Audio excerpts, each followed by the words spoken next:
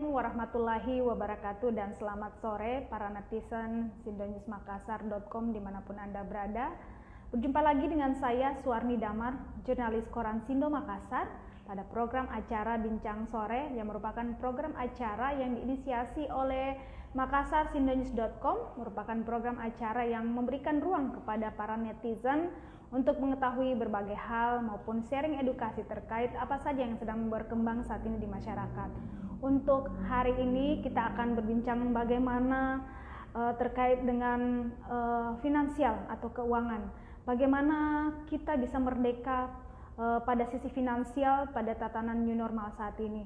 Dan pada sore hari ini kita akan bersama narasumber yang memang memiliki pengalaman di bidang tersebut, yakni bersama Senior Vice President Pegadaian Makassar, Bapak Alim Sutiono. Nanti bersama beliau kita akan berbincang tentang merdeka finansial di era new normal. Ini juga akan menjadi bahagian dari program webinar yang akan dilaksanakan oleh Pegadaian Kanwil Makassar. Nantinya juga banyak hal yang akan diketahui bagaimana misalnya program ini juga memberikan ruang kepada seluruh partisipan bisa ikut dalam program ini secara gratis. Nantinya juga akan diedukasi sebenarnya seperti apa sih misalnya bisa berinvestasi agar kita bisa merdeka secara finansial di era new normal, dan seperti apa program-program yang akan dilaksanakan oleh PT Pegadaian Persero khususnya Kanwil Makassar. Kita akan join nanti bersama Bapak Alim Sutiono yang merupakan Senior Vice President Pegadaian Kanwil Makassar. Nantinya juga bersama beliau juga kita akan tanya-tanya bagaimana sebelumnya kemarin itu sangat heboh masyarakat berlomba-lomba membeli emas atau menjual emas mereka, di mana harga emas itu bisa harganya bisa sampai 1 juta. Lalu kemudian bagaimana sih trennya nasabah dari Pegadaian Kanwil Makassar memanfaatkan momentum tersebut. Sebentar lagi kita akan join Pegadaian Kanwil Makassar, Bapak Alim Sutiono. Kita sedang melakukan koneksi jaringan bersama beliau. Assalamualaikum warahmatullahi wabarakatuh, Pak. Selamat sore. Waalaikumsalam warahmatullahi wabarakatuh. Selamat sore, Bu Arni. Sore. Pak, apa kabarnya hari ini, Pak? Alhamdulillah. Baik, insya Allah baik. Pak, bagaimana suara saya dapat terdengar jelas dari tempat Bapak? Insya Allah, kedengaran sangat jelas. Alhamdulillah. Okay. Ya. Pak, hari ini tema kita adalah merdeka finansial di era new normal. Nah, Pegadaian Wilayah Makassar kan rencana melakukan kegiatan webinar besok mengangkat tema tersebut, merdeka finansial di era new normal. Kenapa Pegadaian tertarik membahas persoalan seperti ini? Ya, kita di dalam kondisi pandemi COVID-19 ini sebenarnya secara kehidupan, secara ekonomi itu sangat lumayan mengganggu ekonomi masyarakat. Nah, ini sebenarnya test case buat masyarakat itu sendiri di dalam menghadapi kondisi COVID saja. Mereka sudah lumayan terganggu, sangat terganggu ekonominya. Nah, tentu kita harus sebagai salah satu BUMN yang memang memiliki kemampuan atau memiliki suatu yang visi misi yang ingin mensejahterakan masyarakat, tentu merasa tergeraklah Pegadaian bagaimana bisa membantu masyarakat terlepas dari kondisi-kondisi seperti COVID-19 ini. Ibaratnya gini, kalau kondisi normal kita bisa survive, di kondisi COVID aja kita survive, apalagi dalam kondisi normal. Dan tentu ini paling tidak bisa menarik minat masyarakat mendengarkan, atau paling tidak apa sih yang dilakukan Pegadaian sehingga kemudian Pegadaian berani bilang memerdekakan finansial bagi masyarakat dalam kondisi pandemi COVID-19 ini. Itu Mbak Arni. Iya, itu nanti Pak target audiensnya seperti apa? Lalu misalnya kalau ada yang mau ikut itu apakah bayar atau seperti apa tuh Pak? Oh gitu. Ya, karena tadi visi misi dan tujuannya Pegadaian sendiri adalah mensejahterakan masyarakat. Saya berharap masyarakat bisa berbondong-bondong, bisa melihat apa yang tentu saya sebagai pembicaranya sendiri akan mengajak masyarakat bagaimana mengelola keuangannya di dalam keluarga, di dalam menghadapi kondisi COVID-19. Sedangkan bagaimana ikut sertanya itu sudah ada di ya nanti kita buka juga di IG atau Instagramnya, bahkan juga di media di Makassar, bagaimana cara ikut serta besok di acara webinar emas kemerdekaan. Itu Mbak Warni. Iya, Pak, ini nanti fokus bahasannya akan membahas detail seperti apa. Apakah misalnya nanti ketika audiens ikut itu, mereka akan diberi tips dan trik melakukan manage keuangan di era new normal atau seperti apa, Pak? Ya, jadi kan gini, tentu harapannya nanti masyarakat bisa mengambil kesimpulan atau paling tidak apa yang kami sampaikan itu benar-benar memberikan inspirasi atau inspiring bagi, karena nanti juga ada influencer yang sudah sukses mengelola keuangannya sehingga bisa menjadi contoh buat masyarakat khususnya di Kota Makassar ini. Karena kami tentu bukan hanya menawarkan tapi juga memberikan solusi bagaimana masyarakat bisa melihat cara kita memberikan edukasi ke masyarakat di dalam mengelola keuangan. Ibaratnya ya kalau ini memang sangat penting buat masyarakat karena dalam kondisi pandemi ini ekonomi masyarakat tadi saya bilang terganggu, istilahnya perdagangan, UKM dan sebagainya juga terganggu, penghasilan mereka berkurang. Nah, Pegadaian menawarkan solusi di dalam webinar emas ini tentu bagaimana mereka mengelola keuangan ternyata bisa bertahan dalam kondisi COVID seperti ini. Gitu, Pak, katanya juga kalau ikut di webinar ini ada penawaran khusus ya yang diberikan oleh Pegadaian misalnya bagi masyarakat yang tertarik berinvestasi emas ya, Pak? Oke, kita sebenarnya bagi masyarakat tentu banyak sweetener yang akan kita tawarkan kepada masyarakat. Paling tidak kalau mereka yang sudah menjadi pelanggan Pegadaian terus sudah punya tabungan emas, mereka hanya 0,5% istilahnya diminta jasanya. Artinya 0,5% atau 50% itu gratis sudah. Kemudian yang kedua, jika mereka baru memulai untuk menginvestasi atau mengelola keuangan dengan menukar investasinya, yaitu rupiahnya ke emas, kita juga kasih diskon cashback sampai dengan 50-70 ribu rupiah. Dan mudah-mudahan ini, karena ibaratnya inilah kesempatannya dan mungkin hanya diketahui. Karena kalau nanti dalam kondisi normal, harganya kembali ke seperti sedia kala. Iya. Pak, untuk di kegiatan besok ini, Pak, target audiensnya sendiri berapa nih, Pak? Berapa ribu yang diharapkan bisa ikut? Kita bisa berharap di angka target itu 3.000 peserta. Kalau bisa lebih, alhamdulillah. Dan kita ini, karena kan wilayahnya juga sangat luas ya. Kalau Kanwil Makassar, kan wilayahnya ada di 6 provinsi. Ada mulai dari Sulawesi Selatan, Sulawesi Barat, Sulawesi Tenggara, 4 provinsi, dan Maluku. Jadi ada 4 provinsi. Kalau misalnya audien rata-rata satu provinsi 1.000 aja, kita berarti 4.000 dapat kan. Nah, khususnya di Kota Makassar tentu saya berharap lebih besar lagi karena media juga sudah bantu untuk merekrut audien. Saya berharap ini kesempatan emas buat masyarakat bisa mencari challenge atau mencari inspirasi. Karena nanti ada influencer yang sudah sukses mengelola keuangannya dengan investasi atau bekerja sama dengan PT Pegadaian Sosial. Gitu. Iya. Pak, tadi kan disinggung bahwa kalau yang ikut seminar itu akan ada penawaran khusus untuk misalnya berinvestasi emas. Lalu kenapa sih orang harus berinvestasi emas di Pegadaian? Apa istimewanya? Bisa di-share ke masyarakat misalnya kalau dibandingkan di tempat yang lain? Sebenarnya gini, kami tentu untuk dalam hal ini memberikan edukasi terserah kepada masyarakat mau berinvestasi di mana saja. Tapi tentu ada catatan-catatan yang perlu saya sampaikan. Tentu yang pertama adalah bagaimana harus emas. Emas itu adalah salah satu instrumen keuangan yang sebenarnya bagi khususnya di masyarakat kita di Indonesia Timur, khususnya Makassar, itu sudah menjadi pilihan sebenarnya dari para leluhur atau nenek moyang kita suruh simpan emas. Kemudian dari teman-teman kita atau yang laki-laki suruh simpan tanah atau properti. Nah ini memang kadang masyarakat kan suka di head to head kan, diadu-adu. Mana sih untungan beli emas atau beli tanah? Iya, ternyata tidak gitu. Tidak, memang harus kita pisahkan satu persatu. Pada saat jangkanya menengah antara 5 sampai 10 tahun kita bisa simpan emas. Properti tentu jangka waktu yang lebih panjang lagi karena nilainya tidak bisa liquid. Ketika kita butuh cepat tidak bisa kita langsung tukar dengan uang. Tapi kalau emas dia sangat liquid, kemudian terbebas dari inflasi, paling tidak aman dari nilai tukar. Nah, ini yang kemudian kita ajak ke masyarakat. Dan kemudian karena punya nilai-nilai seperti itu, itulah kemudian kita ajak masyarakat paling tidak supaya daya tahan asetnya dari gangguan nilai inflasi, dari nilai tukar untuk memilih emas.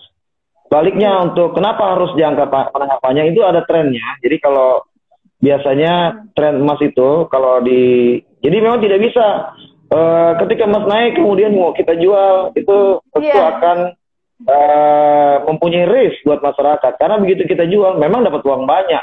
Tapi kalau kita ukur kembali dengan nilainya maka nilai uang itu kan tidak bisa kita beli emas kembali. Itu yang kemudian harus diperhitungkan secara matang, hitung-hitungan ekonomisnya kepada masyarakat. Gitu. Iya, kenapa tadi belum dijawab? Kenapa kita harus berinvestasi emas di Pegadaian? Itu apa sih yang membedakan dengan yang lain? Karena tadi harus saya bedakan antara yang tadi yang kedua. Gini, sebenarnya pilihannya bisa di mana saja. Kemudian kenapa harus di Pegadaian? Gini, di Pegadaian itu ada banyak cara kita untuk membeli emas. Ada bisa melalui tunai, ada bisa melalui kredit, ada bisa melalui arisan atau angsuran. Kemudian kita juga untuk mengedukasi masyarakat, paling tidak gini, BUMN Pegadaian itu kan BUMN yang milik negara. Tentu menjaga daripada investasi-investasi bodong, Pegadaian paling tidak mempunyai jaminan mutu lah untuk kepada masyarakat tidak sampai tertipu. Karena banyak orang sekarang menawarkan game investasi emas, tapi emasnya tidak ada. Kalau di Pegadaian, insya Allah aman. Nah, tentu juga dengan kadar dan karatase yang terjamin, karena Pegadaian salah satu BUMN milik negara yang terpercaya dan saat ini menjadi salah satu atau 10 besar BUMN dengan penghasilan tertinggi yang menyetor kepada negara. Gitu Mbak Warni. Katanya nabung emas di Pegadaian itu bisa dimulai dengan 100.000 ya Pak?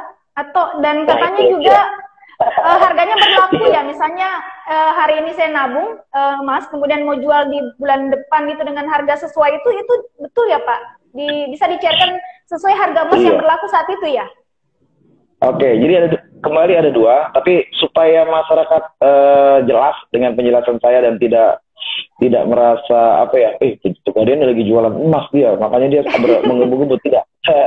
Saya mau kasih tahu gini, kalau dia membeli dengan cara cicilan, maka akad kreditnya, kebetulan ini Pegadaian yang produknya emas ini adalah produknya syariah. Jadi akadnya adalah pada saat kita membeli. Jadi ketika nanti harga emasnya meningkat, maka cicilannya tetap pada harga ini. Malah keren banget tuh kalau kita iklankan. Membeli masa depan dengan harga hari ini. Wih, keren banget tuh kan. Membeli masa depan dengan harga hari ini ya. Itu yang kemudian kalau mengenai tabungan ini gini.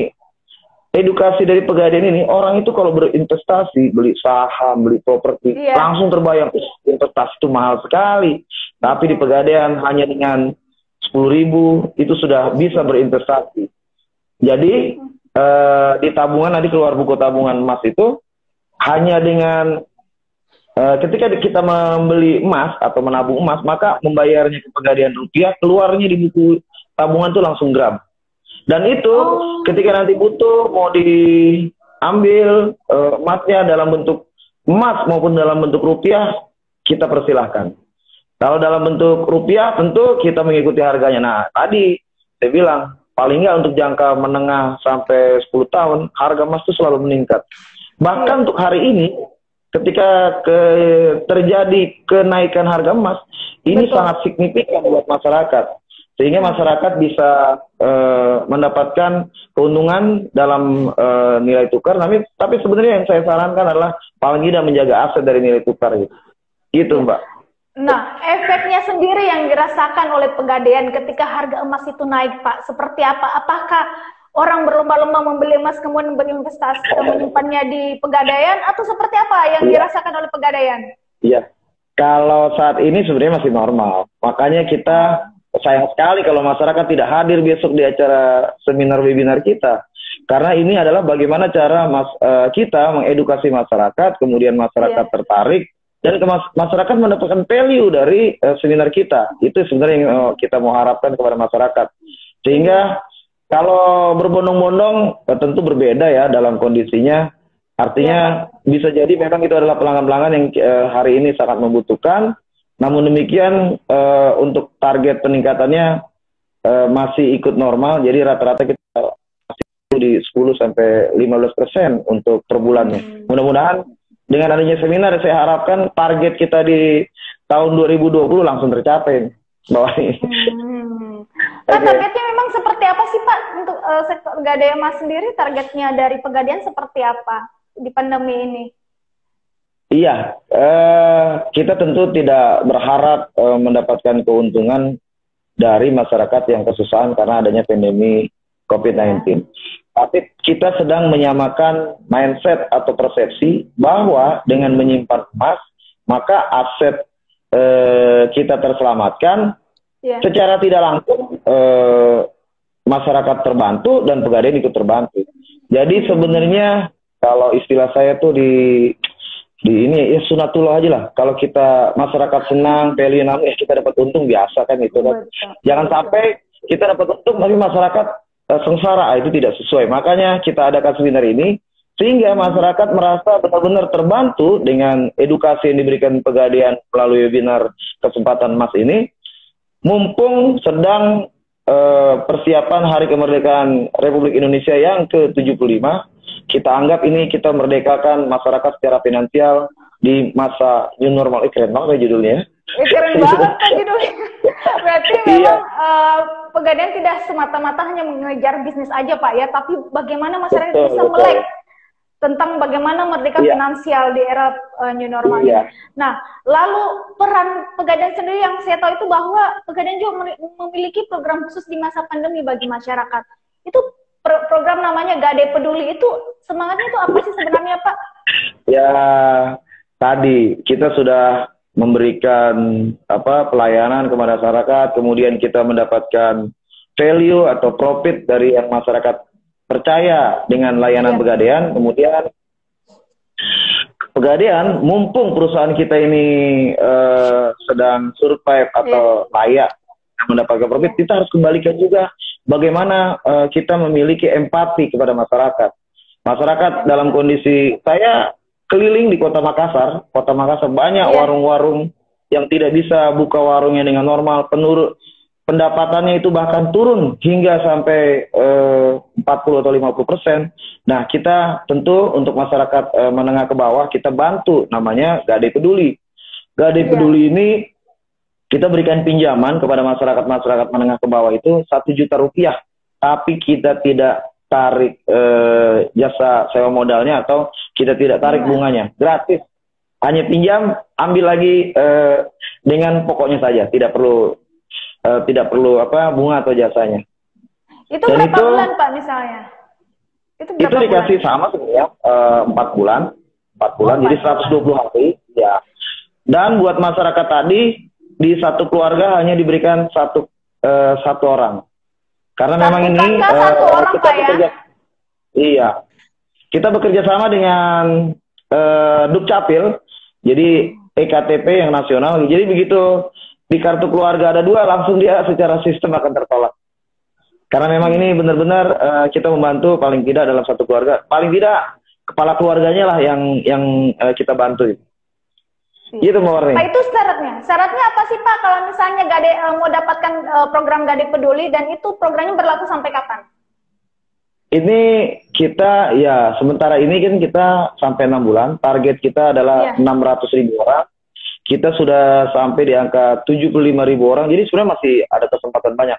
Kita ada kuota terbatas 600.000. Hari ini baru 75.000. Jadi masih banyak buat masyarakat.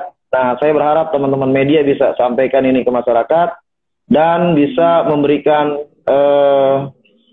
edukasi ke masyarakat bahwa Pegadaian sangat berempati dengan adanya kondisi COVID. Mereka tetap survive, mereka tetap bisa menjalankan usahanya, ekonomi berjalan.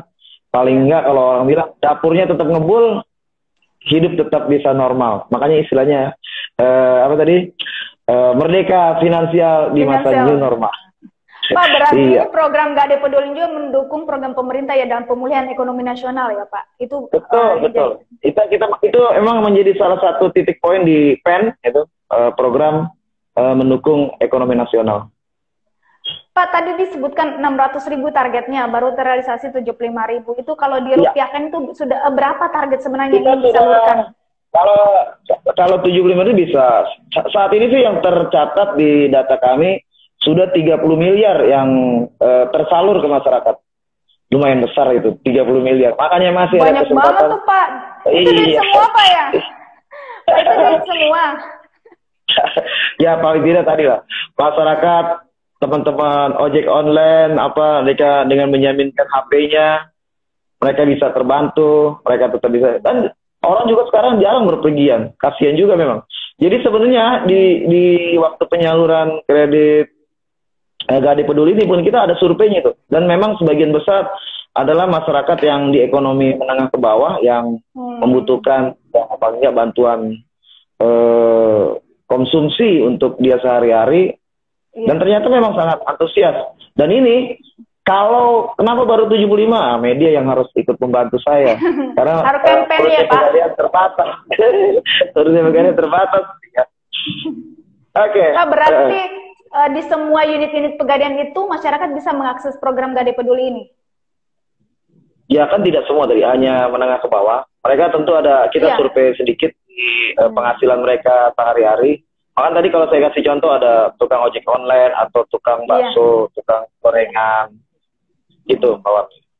Pak, itu ada jaminan atau seperti apa Pak? Misalnya mau jaminannya tetap ya senilai tadi kan. Kalau tukang ojek ada yang simpan HP-nya, simpan emasnya, hanya 1 gram sudah cukup untuk dapatkan Gade Peduli. Jadi cincinnya nikahnya belum dipakai. Pak, kalau melihat kondisi saat ini sendiri, itu Gade Peduli. Kalau melihat trennya orang menggadai emas di Pegadaian itu trennya bagaimana Pak? Kalau kita mengevaluasi ya di awal-awal pandemi COVID dan pada tatanan new normal itu sendiri, bagaimana animo masyarakat, khususnya masyarakat di Kota Makassar dan Pak melakukan gade emas? Kita flashback sedikit jadi kalau kita bandingkan dari Januari sampai hari ini awal Agustus, kita sudah tumbuh di 9%. Animo gadai ya sebenarnya ikut tren saja setiap tahun. Biasanya justru harusnya di periode orang mau masuk sekolah, masuk kuliah, ini meningkatnya bisa lebih dari 120% ya. Artinya kalau rata-rata tumbuhnya 2%, mereka bisa 2 kali tuh, bisa 4%. Tapi tahun ini kayaknya tumbuh 2,5% saja sudah sangat bagus. Karena memang masyarakat sangat ya kita butuh bantu lah tadi. Mungkin ada juga yang terserap ke Gade Peduli, sehingga ya kita harus membagi dua antara survive-nya suatu perusahaan mendapatkan laba, tapi kita juga harus punya nilai-nilai sosial yang bisa masyarakat bergantung. Toh kalau nanti mereka jaya kembali, ekonomi normal kembali, mereka tidak akan lupa dengan Pegadaian. Kayaknya itu yang kita kejar juga, Mbak. Pak, berarti kalau misalnya ada yang minat masyarakat menengah ke bawah untuk Gade Peduli itu bisa dibuka di semua unit-unit Pegadaian ya Pak? Tidak harus ke Kanwil? Iya. Atau apakah juga bisa diakses Pak di Android Pak? Siapa tahu bisa diakses di Android itu bisa ya? Untuk pengajuan pinjaman? Bisa, tapi nanti kan waktu pencairannya, karena kan gini, masa pinjam 1 juta, jadi kita beranggapan teman-teman masyarakat tadi memang terbelakang secara ekonomi, secara digital. Tapi kalau misalnya digital itu terpenuhi, berarti kan mereka punya rekening juga. Kayaknya itu memang bukan pasar yang dituju dari Gade Peduli. Iya, bukannya. Jadi tadi kasih ada, walaupun kalau ojek online mereka pakai juga sih media smartphone kan, tapi ada tukang bakso, tukang gorengan, tukang yang masyarakat benar-benar membutuhkan. Mungkin masyarakat tertentu nilai 1 juta itu sangat kecil, tapi bagi mereka itu sangat dibutuhkan. Buktinya tadi 30 miliar sudah tersalur dengan rata-rata pinjaman. Iya, pinjaman malah kalau rata-rata di bawah 1 juta itu.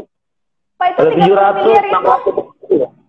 Pak, 30 Iya. miliar itu paling banyak di Kota Makassar yang ngambil atau dia Ya, tersebar di semua area yang Bapak terbanyak itu? tuh memang di Kota Makassar. Yang terbanyak di Kota Oh, Makassar. Tapi tersebar lah dari 4 provinsi itu tersebar.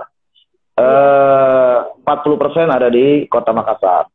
Sisanya Hmm. ada di Kendari, di Parepare, di Bantaeng, di Palopo, dan di Ambon. Iya, Pak, dengan melihat tingginya animo masyarakat kita memanfaatkan Gade Peduli yang berkaitan dengan pemulihan ekonomi nasional, optimisme Bapak sendiri sampai akhir tahun bisnis Pegadaian itu seperti apa, Pak, yang diharapkan? Tadi kita sudah mengajak masyarakat merdeka finansial. Finansial. Maka Pegadaian juga harus optimis terhadap masa depan. Tentu harapannya COVID-19 ini akan segera selesai, kemudian kita kembali normal, masyarakat dan ekonomi kembali berjalan normal. Iya, iya, Pak. Iya. Istilahnya, insya Allah akan optimis kita ke depan, termasuk Iya. dengan cara dan strategi yang kita lakukan di masa pandemi ini. Target kita insya Allah masih akan tercapai, walaupun tidak akan sehebat tahun lalu, tapi saya masih optimis kita akan tumbuh sampai di angka 25-26%. 25-26%. Lalu strategi yang Bapak terapkan dalam mencapai target-target tersebut, selain misalnya menghadirkan produk-produk yang memang mudah dijangkau oleh masyarakat, secara internal sendiri, apa pola kerja yang Bapak terapkan agar membuat semua manajemen semangat menjalankan program tersebut? Karena, tapi kalau yang saya tahu sih karena Bapaknya semangat banget. Pengalaman jam terbang kita memimpin kantor wilayah tentu bisa membuat saya tetap optimis. Bagaimana caranya mengajak serta? Tentu kita pilihannya saat ini memang 60% target yang akan kita capai melalui kredit KCA atau Gade. Artinya masyarakat-masyarakat Makassar atau Sulawesi lah pada umumnya kan menyimpan emas. Ya. Menyimpan emas ini adalah untuk melanjutkan. Jadi bukan kemudian mereka tidak punya apa-apa sama sekali, tapi dengan emas mereka bisa melanjutkan hidup dan bisa survive di dalam bisnisnya, karena tadi masyarakat juga sangat sulit. Sebaliknya Pegadaian juga kalau kita memilih produk atau jenis produk yang lain hari ini sangat berat. Jadi kalau teman-teman perbankan hampir ketika kita bicara hari ini mengeluh semua. Tapi Pegadaian karena kita simpennya emas itu masih bisa survive, bisa sampai target. Nah, itu mereka bilang, memang Pegadaian beda karena simpan emas. Makanya di dalam webinar emas besok, emas itu akan menjadi pilihan buat masyarakat sehingga masyarakat benar-benar bisa merdeka secara finansial, asetnya bertahan, ekonominya bisa jalan, dan tentu usahanya mudah-mudahan Allah berikan jalan keluar sehingga mereka bisa survive. Tentu dengan pengembangan UKM ya, karena kredit Gade kita pun di tahun ini kita dibantu pemerintah dalam usaha pemulihan ekonomi nasional. Di antaranya adalah memberikan pinjaman kepada UKM-UKM yang masih bisa. Jadi kita lakukan survei juga di UKM itu. Secara mesin, secara bisnis mereka masih punya peluang, kemudian punya aset untuk dijaminkan, dan yang ketiga istilahnya tingkat pengembaliannya juga masih bagus. Kita akan bantu terus, termasuk edukasi pemasarannya. Berarti ini edukasinya untuk menekan NPF ya Pak, kredit macet. Ya salah satunya gitu. Nah, ya bahkan tadi saya bilang masyarakat ini memang harus dibantu finance-nya, juga dibantu motivasinya. Mereka bayangin ya, biasa datang misalnya warung bakso, biasa datang 100 orang, hari ini cuma 30 atau 25 orang yang datang. Mereka berpikir, ya kita edukasi. Ketika kondisi gini berarti belanjanya juga jangan 100, belanjanya 40 aja. Ketika belanja 40, datang 30, yang 10 masih bisa untuk esok hari, kemudian dijual kembali dengan cara yang sama. Syukur-syukur ekonomi terus bertambah, mereka tetap bisa. Karena mereka tidak lagi bisa optimis ketika bikin 100 yang datang 30 ya kebanyakan sisanya 70. Makanya harus diedukasi. Nah, edukasi ini harus terus-menerus supaya mereka juga semangat, mereka tidak mengeluh, mereka tetap yakin, termasuk kita menjadi pembelinya. Gitu. Betul, Pak, betul. Iya. Iya. Nah, Bapak kan sangat optimis dalam sisi melayani masyarakat, melakukan pemulihan ekonomi nasional melalui sejumlah program yang diberikan. Ini tips dan triknya, Pak, bisa membangun semangat itu ke seluruh manajemen dalam mencapai target-targetnya. Apa sih yang Bapak kedepankan agar timnya ini, the dream team ini bisa menjalankan tugasnya dengan baik, mencapai semua target-target di tengah pandemi COVID? Kita baru saja mendapatkan launching budaya perusahaan yang baru. Hari ini budaya perusahaan kita, budaya perusahaan kita, semua BUMN disatukan, namanya akhlak. Di dalam akhlak itu ada amanah, berarti kita harus amanah terhadap perusahaan ini. Dalam kondisi apapun harus memberikan yang terbaik buat perusahaan. Kemudian ada kompetensi. Kalau kita tidak memiliki kompetensi, maka kita harus belajar terus supaya kita memahami kompetensi yang dibutuhkan buat perusahaan ini terus berkembang. Harmoni, nah ini yang penting. Bagaimana mutual trust-nya kepada masyarakat, kepada semua pegawai, bahwa ketika kita bekerja dengan baik, memberikan yang terbaik, hasilnya baik, karir itu perusahaan akan perhatikan, tentu dengan pemahaman akhlak yang lebih menyeluruh, kita memahami bahwa itu adalah salah satu poin penting ketika kita bekerja di institusi negara.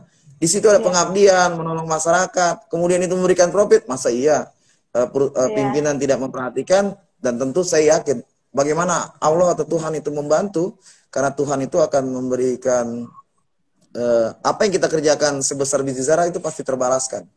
Jadi kenapa kita pilih yang tidak baik? Pilih saja, kerjakan yang baik dan pasti akan terbalas. Dan itu harus menjadi quote atau motivasi dari setiap insan Pegadaian Kanwil Makassar. Kalau dalam kondisi apapun, kita harus lebih baik dari hari kemarin.